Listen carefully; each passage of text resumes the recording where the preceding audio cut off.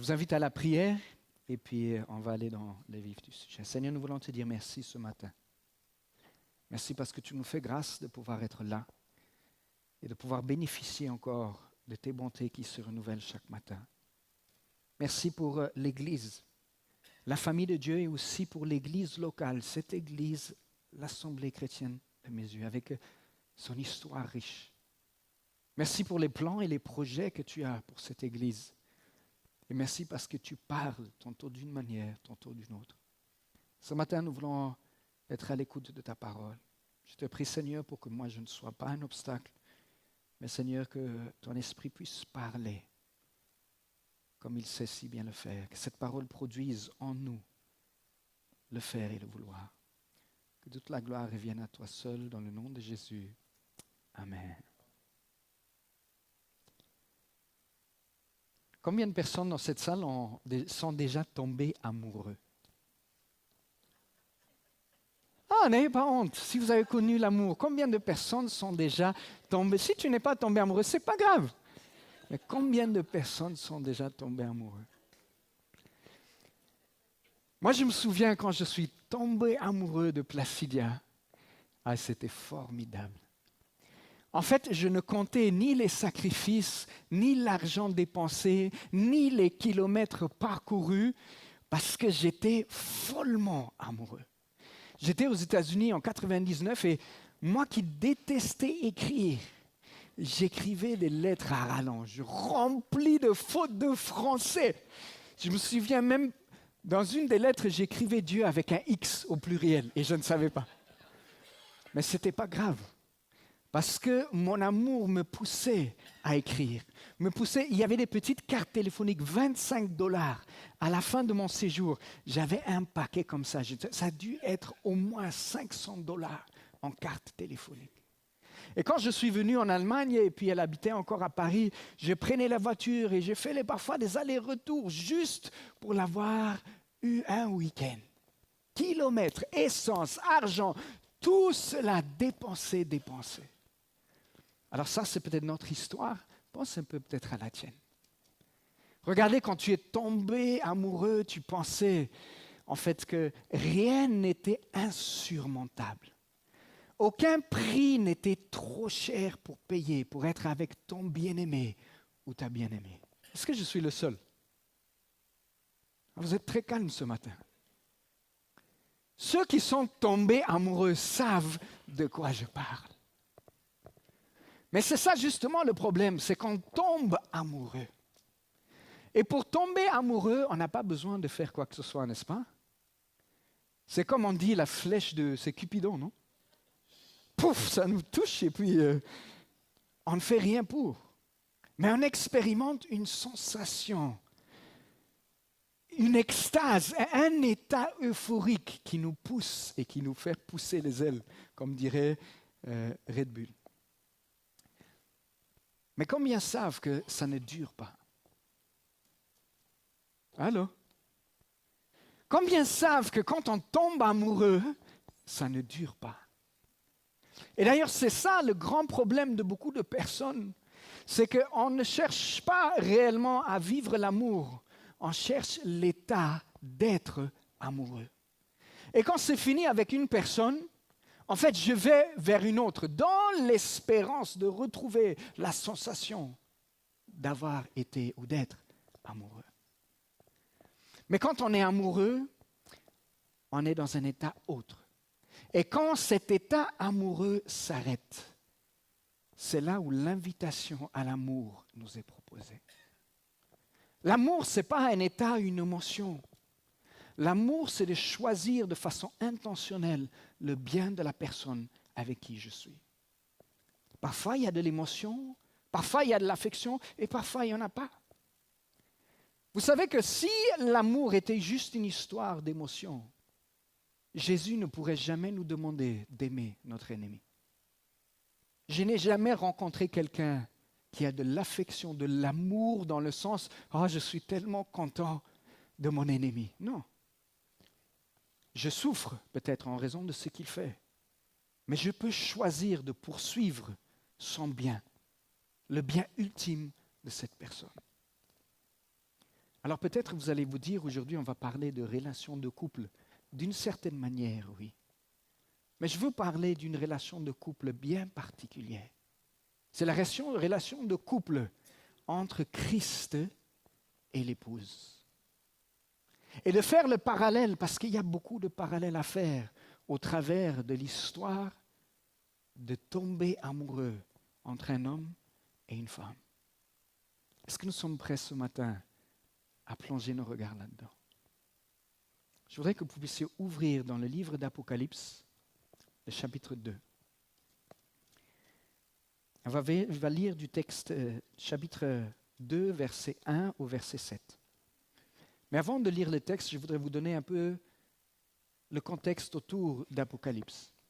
Et je sais que c'est un livre qui fait beaucoup parler et qui fait peur à beaucoup de gens. Et c'est un livre compliqué, je vous l'accorde. Vous savez que Jean Calvin, qui a écrit des commentaires sur tous les livres du Nouveau Testament, sauf Apocalypse, parce qu'il disait « je n'y comprends pas grand-chose ». Parfois, ça peut nous arriver, on lit et puis on se dit « mais c'est un livre compliqué ». Mais c'est un livre très riche. Alors, juste quelques contextes historiques, ça va être important et vous allez comprendre pourquoi. Il nous est dit que c'est Jean qui l'écrit, on ne sait pas trop, est-ce que c'est Jean l'évangéliste ou est-ce que c'est un autre Jean. Mais en tout cas, il est écrit, il y a deux périodes qui sont proposées, soit à la fin du règne de Néron en 70 ou à la fin du règne de Domitien en 90 ou 95 environ.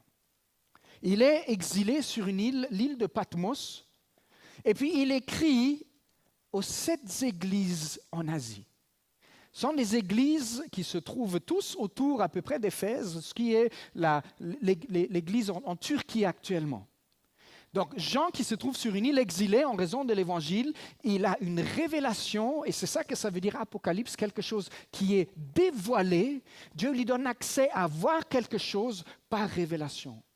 Et il est instruit à communiquer cette révélation aux 7 églises en Asie mineure. Voilà un peu le contexte de cette lettre. Et nous sommes au 2e chapitre. Écrit à l'ange de l'église d'Éphèse.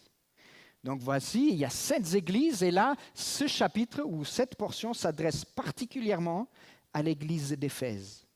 Voici ce que dit celui qui tient les 7 étoiles dans sa main droite, celui qui marche au milieu des 7 chandeliers d'or.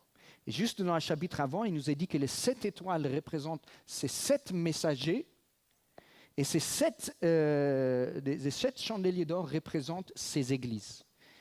Alors les messagers, voilà, plusieurs interprétations. Est-ce qu'il s'agit d'un ange qui est dédié à l'église? Est-ce que c'est le pasteur? Est-ce que c'est le collège d'anciens en référence? Mais en tout cas, c'est un messager, angelos qui est le terme, qui s'adresse à l'église d'Éphèse. Voici donc ce qu'il dit.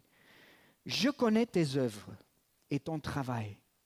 Je connais ta persévérance. Je sais que tu ne peux supporter le méchant, que tu as éprouvé ceux qui se disent apôtres et qui ne le sont pas, et que tu les as trouvés menteurs, que tu as de la persévérance et que tu as souffert, ou littéralement que tu as enduré à cause de mon nom et que tu t'es point lassé ou tu t'es pas fatigué. Mais ce que j'ai contre toi, c'est que tu as abandonné ton premier amour. Souviens-toi donc d'où tu es tombé, répands-toi et pratique tes premières œuvres. Sinon, je viendrai à toi et j'ôterai ton chandelier de sa place, à moins que tu ne te répandes. Tu as pourtant ceci, ce que tu hais, les œuvres des Nicolaïtes, œuvres que je hais aussi. Que celui qui a des oreilles entende ce que l'Esprit dit aux églises. À celui qui vaincra, je donnerai à manger de l'arbre de vie qui est dans le paradis de Dieu. C'est un texte pas facile, mais je crois réellement qu'il s'adresse à nous. L'église d'Éphèse, si vous vous souvenez, a été plantée par l'apôtre Paul, début des années 50, peut-être 52. Il est resté là-bas pendant une période de 3 ans. Et pendant cette période, cette église est devenue l'église phare pour toute l'Asie mineure. Il a créé une école avec Tyrannus où il a formé des disciples. Et de cette école des disciples-là, d'autres ont implanté. Ces 7 églises dont il est fait mention ont été implantées par l'œuvre missionnaire qu'il a fait en Éphèse. Ce n'est pas Paul qui les a implantées. Paul a implanté l'église d'Éphèse et c'est l'église d'Éphèse qui a implanté d'autres églises. C'était une église en ébullition spirituelle. Vous vous souvenez, toute la ville d'Éphèse a été bouleversée par rapport à la présence d'église. Les personnes, il y avait une forte présence de sorcellerie, toutes sortes de formes d'idolâtrie. Et en raison de la présence de l'église, les gens ont commencé à jeter et à brûler les livres, tellement l'église était incontournable. Même vous vous souvenez de ce méchant qui fabriquait les idoles à la statuette de Diane. Il dit, mais il casse notre business, ce gars-là. Les gens ne veulent plus acheter notre Diane, la déesse, la grande Artémis d'Éphèse. En raison de l'œuvre de Paul, de cette église qui a bouleversé l'histoire d'Asie mineure. C'est cette église dont nous avons cette épître qui est adressée à Éphèse, où nous voyons les 5 ministères, nous voyons le corps de Christ fonctionnant parfaitement pour professer la vérité dans l'amour. Alors vous craterez à tous égards à la stature parfaite de Christ. Une église phare, une église bouillante, une église qui sème, une église qui vit. Mais voici, si on prend la datation de Domitien, 40 à 45 années plus tard, le constat que fait Christ lui-même. Comme il est dit, il est celui qui se promène parmi ces 7 églises. Et voici le constat. Vous allez voir, aujourd'hui, on va traiter. C'est le constat, la recommandation ou l'impératif, et puis les conséquences. C'est comme ça, c'est l'ordre du texte, mais on va inverser un peu. On va regarder d'abord le constat, on va regarder les conséquences, et puis on va travailler sur la solution à la fin. On est ensemble? Merci de votre attention. Je connais tes œuvres, ton travail et ta persévérance. Donc en fait, il commence sur une note positive. Si tu as un retour à faire, du feedback, comme on dit en anglais, commence avec du positif. Donne pas tout de suite les négatifs. Commence avec le positif, petite note. Mais sois vrai. Je connais tes œuvres, je connais ton travail et je connais ta persévérance. Je sais que tu ne peux pas supporter le méchant, que tu éprouves ceux qui se disent apôtres et qui ne le sont pas et que tu les as trouvés menteurs, que tu as de la persévérance, que tu as souffert à cause de mon nom et que tu t'es point lassé. C'est quand même un bilan positif. On regarde toutes les bonnes choses que cette Église a fait. Elle a été dans la doctrine pour établir une doctrine saine, pour défendre les réels intérêts du royaume dans le sens de garder la doctrine pure. Ils ont persévéré. L'Église est toujours là. Elle fonctionne. Et il lui dit, ça c'est une bonne chose. Tu as persévéré au travers des épreuves, persévéré peut-être au travers des divisions, persévéré peut-être au travers des critiques. Tu as persévéré, mais la réalité c'est que tu es toujours là. J'applaudis ta persévérance. J'applaudis ton courage. J'applaudis ta force. Mais voici ce que j'ai contre toi. Ce que tu as abandonné ton premier amour. L'église d'Éphèse était peut-être tellement préoccupée par le fait de maintenir la structure organisationnelle, par se préserver, se protéger des gens qui venaient peut-être de l'extérieur, qui sont rentrés dans une certaine routine, que ce qu'ils faisaient n'était plus poussé par l'amour brûlant qu'ils avaient pour le Seigneur. Et c'est là où la défaite de l'Église rentre. Que quand on fait des choses pour une autre raison que pour l'amour, c'est là où le zèle commence à diminuer. C'est là où le sacrifice commence à diminuer. Parce que maintenant, ce n'est plus l'histoire, je fais par amour, mais je le fais pour le maintien. Je ne paye plus le prix, mais je suis là pour garantir une certaine stabilité. Voici ce que j'ai contre toi, c'est que tu as abandonné ton premier amour. Voilà un constat. Vous savez qu'il est de notre philosophie, et peut-être ça vous sort du nez ou des narines ou je ne sais pas quoi. Mais si on veut grandir, deux choses sont nécessaires. Il faut la vérité et il faut l'amour. Sans ces deux éléments, nous ne pouvons pas grandir. Et voilà, c'est exactement ce que Jésus fait ici. Il dit, regarde, la réalité, la vérité de ce qui est là au niveau de l'Église, c'est qu'il y a des bonnes choses, mais vous avez perdu l'essentiel. L'amour qui vous animait au départ, où est cet amour? Heureusement qu'il ne s'arrête pas là. Il donne une recommandation. Mais on va partir de la recommandation après. On saute. On est dans le verset 5, mais la deuxième partie. Si tu ne suis pas la recommandation, je viendrai à toi et j'ôterai ton chandelier de sa place, à moins que tu ne te répandes. Donc, le constat, la recommandation de la repentance qu'on va traiter en troisième partie, mais si jamais tu ne te réponds pas, voici les conséquences. Bien-aimés, je voudrais que nous puissions prendre la parole de Dieu au sérieux. Dieu est un Dieu de grâce. Dieu est un Dieu d'amour.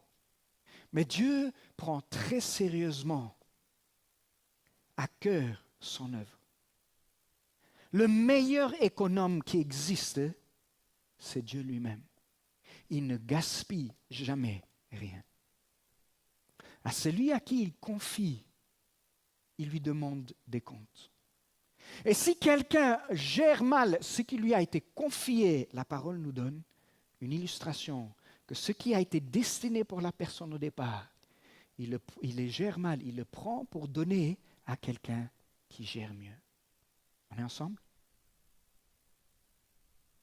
Appliquons ça sur notre contexte. Imagine que Dieu a des choses qu'il a prévues que tu accomplisses.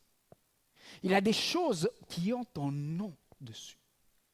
Mais en raison de peut-être la négligence, en raison du manque d'amour, en raison de X ou Y, tu ne gères pas ce que Dieu te confie.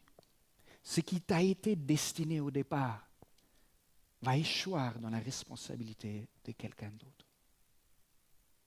Moi, ça me fait froid au dos. Ça me fait froid au dos. Parce que intimement à la responsabilité qu'il me confie est attachée ma récompense. Si je gère ce qu'il me donne à la hauteur de ce qu'il désire, j'aurai la pleine récompense de ce que j'aurai accompli. Mais si je gère mal ce qu'il me donne, une partie de cette récompense part à quelqu'un d'autre. Et ce n'est pas mauvais que c'est quelqu'un d'autre qui bénéficie, mais c'est que moi je rate ce que Dieu a prévu pour moi. Moi, quand je lis ça, ça me fait froid au dos. Je ne sais pas pour vous, peut-être je suis le seul. Il dit, cette église qui était si vibrante, qui avait tout pour bouleverser le monde, en raison de sa perte d'amour, Jésus dit, si tu ne te répands pas, je prends ce chandelier et je l'enlève. Peut-être vous comprenez maintenant pourquoi est-ce que je voudrais parler de la conséquence en premier. Parce que je crois que ça va nous rendre très attentifs à la solution qu'il va nous proposer. Ce sont des choses sérieuses. Pensez à l'histoire de l'Église. Pense à ta propre histoire. Et pense à tous les plans et les projets que Dieu a pour toi. Est-ce qu'on est prêt pour la solution? Ouh là là, on est calme, mais c'est très bien. La solution au verset 5. Souviens-toi donc d'où tu es tombé. Répands-toi et pratique tes premières œuvres. 3 impératifs. Souviens-toi, répands-toi et pratique. Et c'est là où je veux retourner dans mon histoire de couple. Vous savez, au bout d'un certain temps, quelques années de mariage, on est dans une certaine routine. Nous, on vient de fêter nos 20 ans de mariage. Il y en a d'autres qui ont 40, 50 ans, mais ça fait un petit bout de chemin. Et on a connu des choses un peu comme ça. Mais une fois que cette euphorie de l'amour, de tomber amoureux est passée, en fait, finalement, Dieu nous met face à un choix de dire, OK, soit tu continues à chercher cet état-là et tu vas sauter de personne en personne, ou finalement tu grandis et tu abandonnes cette idée puérile de l'amour et tu choisis d'aimer. Choisis d'aimer même quand l'autre n'est pas aimable. Vous savez, j'entends parfois les gens dire, mais je ne l'aime plus. Je ne l'aime plus. Je dis, mais c'est pas grave. Recommence à l'aimer. Tu ne l'aimes plus, recommence à l'aimer. Évidemment, si c'est lié à un état émotionnel, ce n'est pas possible, parce que tu ne peux pas créer en toi les émotions pour aimer à nouveau. Mais s'il s'agit de chercher le bien de la personne ultime, alors rien ne t'empêche de l'aimer à nouveau. Tu n'as pas besoin qu'il soit gentil, tu n'as pas besoin qu'elle te fasse les meilleurs plats du monde. Tu peux choisir de l'aimer. Et c'est peut-être parce que nous ne comprenons pas ces réalités qu'il y a beaucoup de relations de couple adolescents. Peut-être ils sont là depuis des années, mais il n'y a plus l'amour véritable. On est là parce que, on est là. Ce que nous parlons, c'est aussi praticable sur la relation de couple. Ne dis jamais « je ne l'aime plus ». Au moins fais le constat, je dis « j'ai arrêté de l'aimer ». Mais ça implique aussi que je peux recommencer à l'aimer. Et comment? En pratiquant les œuvres que tu faisais avant. C'est simple. Alors, vous croyez que j'allais vous sortir la solution? C'est simple. Si tu l'amenais au restaurant quand tu étais amoureux, et aujourd'hui tu ne le fais pas, tu peux pratiquer les bonnes œuvres que tu faisais au début de façon intentionnelle et l'amener au restaurant. Allô? Vous savez, je me suis rendu compte que dans notre relation de couple, même quand il y a des choses où peut-être je n'avais pas le sentiment, j'ai dit, Seigneur, je choisis d'aimer et je choisis de pratiquer. Au bout d'un certain temps, les émotions qui étaient parties sont revenues. Allô? Quand tu fais ce qui est bien, les émotions commencent à suivre les bonnes émotions qui vont avec. Mais si tu passes tes choix et des choses, les actions sur ce que tu ressens, ça va t'amener tout droit dans le mur. Et tu resteras petit. Alors revenons à l'histoire de l'Église. Première recommandation, souviens-toi d'où tu es tombé. Souviens-toi quand tu t'es converti, les premières semaines, années peut-être de ta conversion. Rien ne pouvait te faire rater l'Église. Rien. Rien ne pouvait, tu cherchais même dans les différentes églises autour, où est-ce qu'il y a des réunions où on parle de l'édification? J'ai besoin, je veux y aller. J'étais le seul?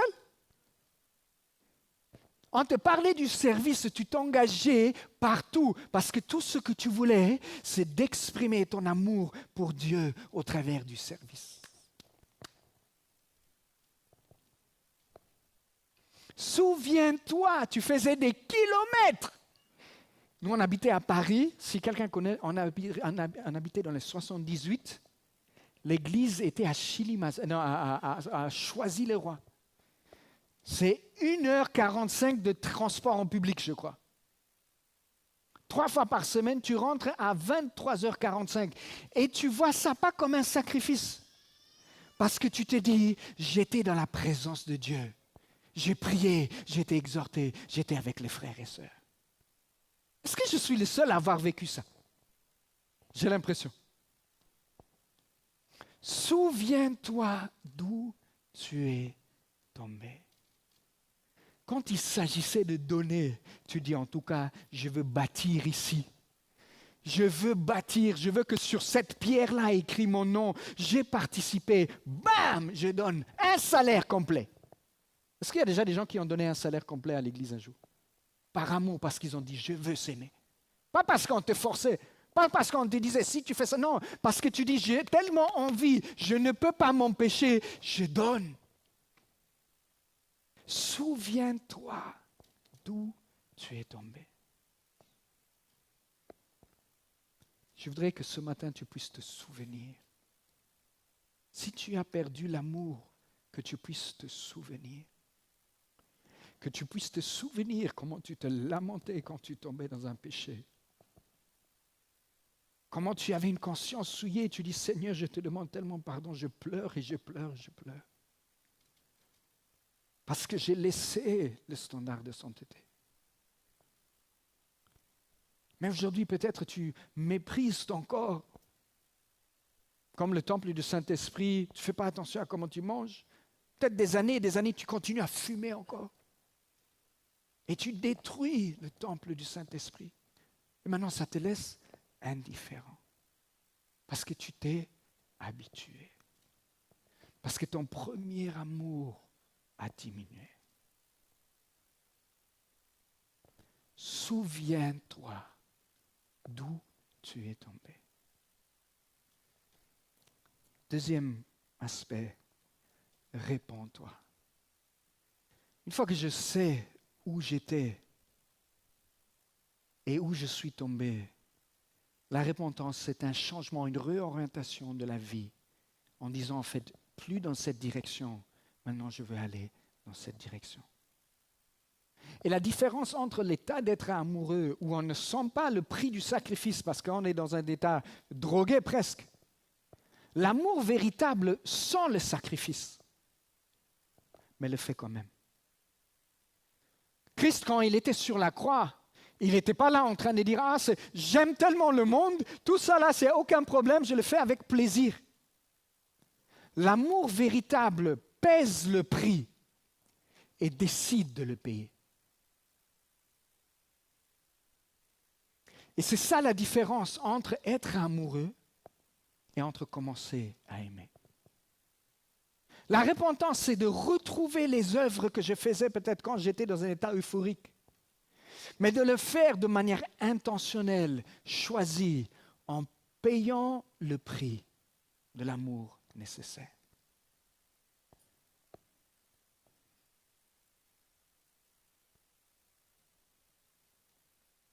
Repentons-nous et revenons à nos œuvres premières.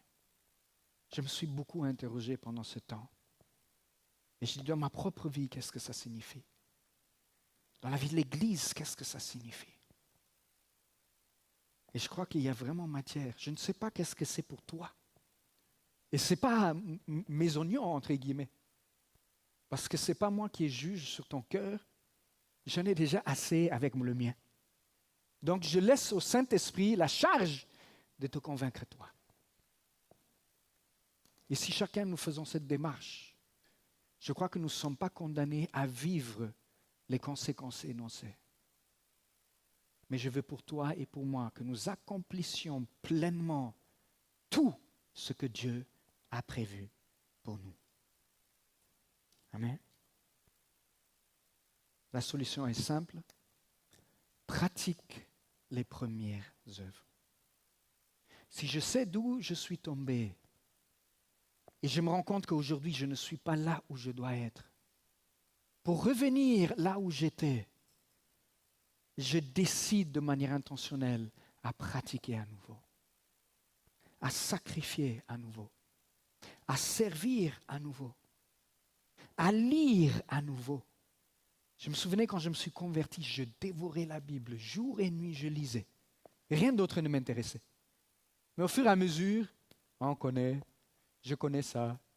Et puis on regarde plus des vidéos, on écoute des prédicateurs, ce qui n'est pas une mauvaise chose. Mais la place centrale de la parole, ce n'est plus comme avant. Est-ce que je suis le seul à avoir vécu ces choses? Soyons honnêtes. Il y a certaines choses, au bout d'un certain moment, quand on se rend compte que l'épouse, et là je parle de Christ, elle n'est pas aussi glorieuse qu'on voudrait qu'elle soit, on commence à servir avec moins d'empressement. Parce que peut-être on a été critiqué dans un service. Ou parce que peut-être on n'est pas apprécié à sa juste valeur. Et du coup, on se dit, ben si c'est comme ça. D'ailleurs, j'ai autre chose à faire. D'ailleurs, mon agenda est rempli. D'ailleurs, il y a la fête de famille cet après-midi. Et d'ailleurs, il y a des matchs de basket le week-end. Et d'ailleurs, il y a ceci, il y a cela. Et toutes ces choses-là pour nous, avant, qui étaient clairement importantes dans notre vie, mais pas notre priorité, redeviennent les priorités. Et ce qui a réellement de l'importance devient secondaire. Et ce n'est pas un scoop, je le dis toujours, si tu veux voir ce qui a réellement de l'importance pour toi, regarde ton agenda et regarde ton argent. Et tu sauras. Refaire de l'œuvre de Dieu notre priorité. Je crois que c'est à ça que Dieu nous appelle. Et l'œuvre de Dieu, quand je parle de l'œuvre de Dieu, c'est avant tout sa personne. Parce que c'est dans la relation avec sa personne que l'œuvre de Dieu va émaner de qui nous sommes. Si tu essayes de faire l'œuvre de Dieu sans être attaché à sa personne, tu es incapable de pratiquer l'œuvre comme il le veut. On ne peut pas dissocier les deux. Donc si je recouvre mon amour pour le Seigneur, nécessairement ça se traduit par un désir de servir l'Église. Il ne peut pas y en être autrement. Si aujourd'hui nous avons perdu la passion de l'Église, pourquoi? Moi, je suis convaincu que c'est parce que nous avions parfois des images idéalistes de l'Église. On nous disait, on nous parle de la famille de Dieu où tout le monde est beau, tout le monde il est gentil, comme on dit. Et tout le monde tout le monde devrait dire la vérité. Il ne faudrait jamais qu'il y ait des crasses dans l'Église. Mais ça, ce n'est pas l'Église. Si nous lisons les épîtres du Nouveau Testament, parfois certains disent, il faut qu'on retourne à l'Église primitive. J'ai dit, t'es sûr? Il faut qu'on sorte du bâtiment en se réunissant seulement entre nous dans les maisons. Tu es sûr? C'est la quête de la sensation de l'idéalisme. Tu vas la perdre à un moment donné ou à un autre. Vas-y, va dans la maison. Au bout d'un certain temps dans la maison, tu vas retrouver les mêmes problèmes qui sont dans l'église, tu les retrouveras dans la maison. Parce qu'en fait, l'église est composée des hommes et des femmes imparfaits, qui posent des problèmes et qui ont besoin de grandir. Est-ce qu'il y a quelqu'un dans cette salle qui n'a pas besoin de grandir? Donc nous tous, nous avons besoin de grandir. Ça veut dire que nous tous, nous faisons des erreurs. Et ça veut dire que nous tous, nous avons besoin à la fois de la vérité et à la fois de la grâce et de l'amour pour grandir. Et c'est seulement de cette manière-là que nous pouvons réellement constituer cette Église de Christ qui est en train de se perfectionner pour la rencontre. Mais un problème pour nous, beaucoup, nous sommes assis dans le confort, dans l'éthargie spirituelle. C'est comme c'était le cas de l'Éphèse.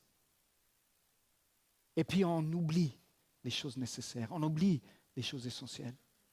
Et on commence à mettre les choses secondaires en priorité. Qu'est-ce qui est important pour toi aujourd'hui? Et qu'est-ce qui te décourage ce matin à réellement prendre la place qui est la tienne au sein de cette assemblée?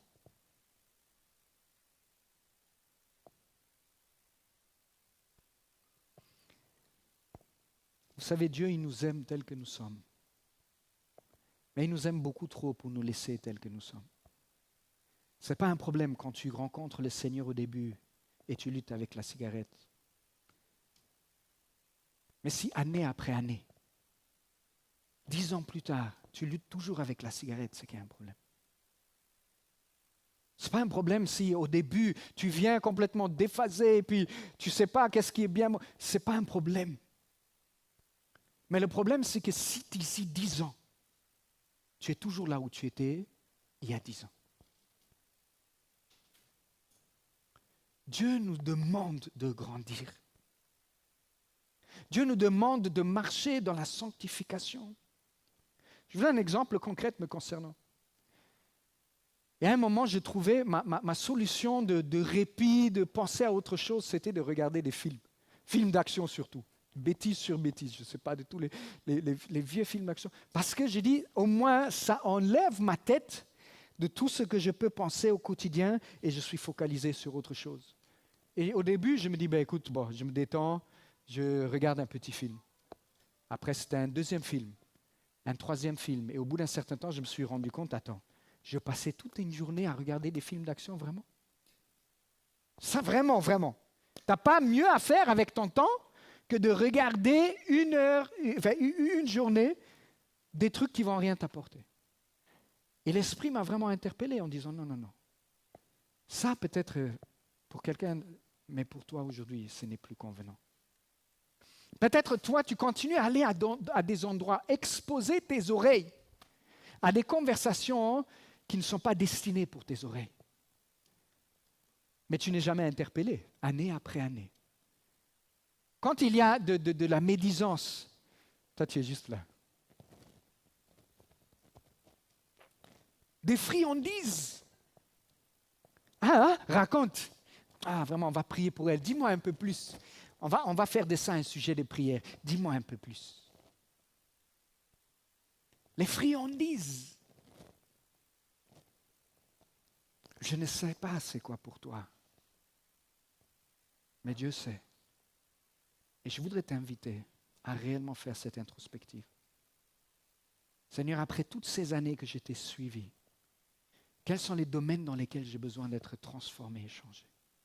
Quels sont les domaines dans lesquels j'ai besoin de grandir dans ma vision de l'Église, dans ma vision du service, dans ma vision de l'amour pour toi et de recouvrir pleinement cet amour premier?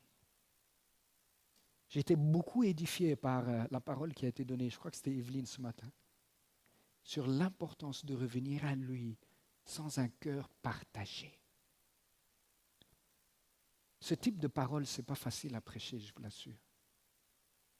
Parce que de façon immanquable, il y a les exemples qu'on cite, vous savez, souvent après, certaines viennent, d'autres n'ont pas le courage de venir, mais d'affronter, pourquoi tu as parlé de moi? Je dis, je ne parle pas de toi. Je parle des comportements qui sont à dénoncer, qui nous emprisonnent tous. Et si tu te retrouves dans un de ces comportements, je ne l'ai pas visé. Mais si tu es interpellé, demande-toi, est-ce que le Saint-Esprit ne sait pas de me dire quelque chose?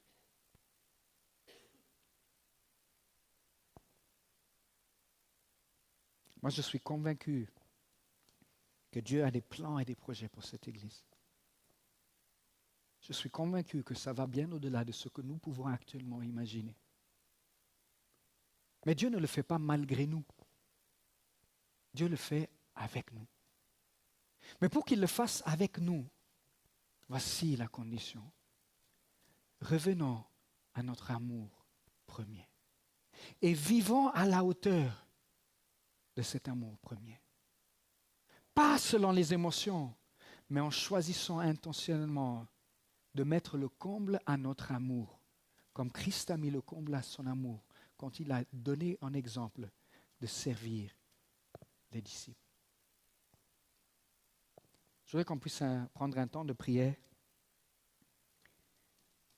et que pendant ce temps, tu puisses t'interroger et vraiment dire, Seigneur, je veux que tu puisses me sensibiliser dans le domaine dans lequel j'ai besoin de revenir à mon amour premier. S'il y a des occupations ou des choses peut-être qui t'ont freiné, des comportements dans l'Église ou des déceptions que tu as vécues qui ont fait aujourd'hui que cet amour se refroidit, dénonce-les et répands-toi. Seigneur, nous voulons te dire merci parce que ta parole, elle est puissante, elle est véridique. Seigneur, cette parole que tu as déjà adressée à l'église d'Éphèse, elle fait tellement écho dans notre circonstance. Et je crois que ce n'est pas par hasard que tu as été si clair à me donner cette parole. Je prie, Seigneur, pour que tu puisses te révéler à chacun de nous, dans les domaines spécifiques dans lesquels nous avons besoin d'abandonner les amours que nous avons cultivés qui sont en rival avec toi. Les rivalités, nous ne pouvons pas te suivre avec un cœur partagé. Et Saint-Esprit, je te prie pour que personne sous la contrainte ou la compulsion des hommes choisisse de venir te servir, mais que poussés par le Saint-Esprit, nous renversons les idoles et que nous te suivons avec un cœur entier. Je te prie, Seigneur, pour que tu nous révèles cela aussi dans l'Église, dans tous les différents domaines dans lesquels nous avons besoin de changer. Je te dis merci parce que tu nous montres que, au travers de ce livre de l'Apocalypse, que tu as assuré la bataille finale. Et le seul choix que nous avons à faire, c'est est-ce que nous voulons faire partie de ceux qui remportent cette victoire avec toi. Et Seigneur, je prie pour que le choix pour chacun de nous soit oui et amen. Que toute la gloire revienne à toi seul, au nom de Jésus. Amen.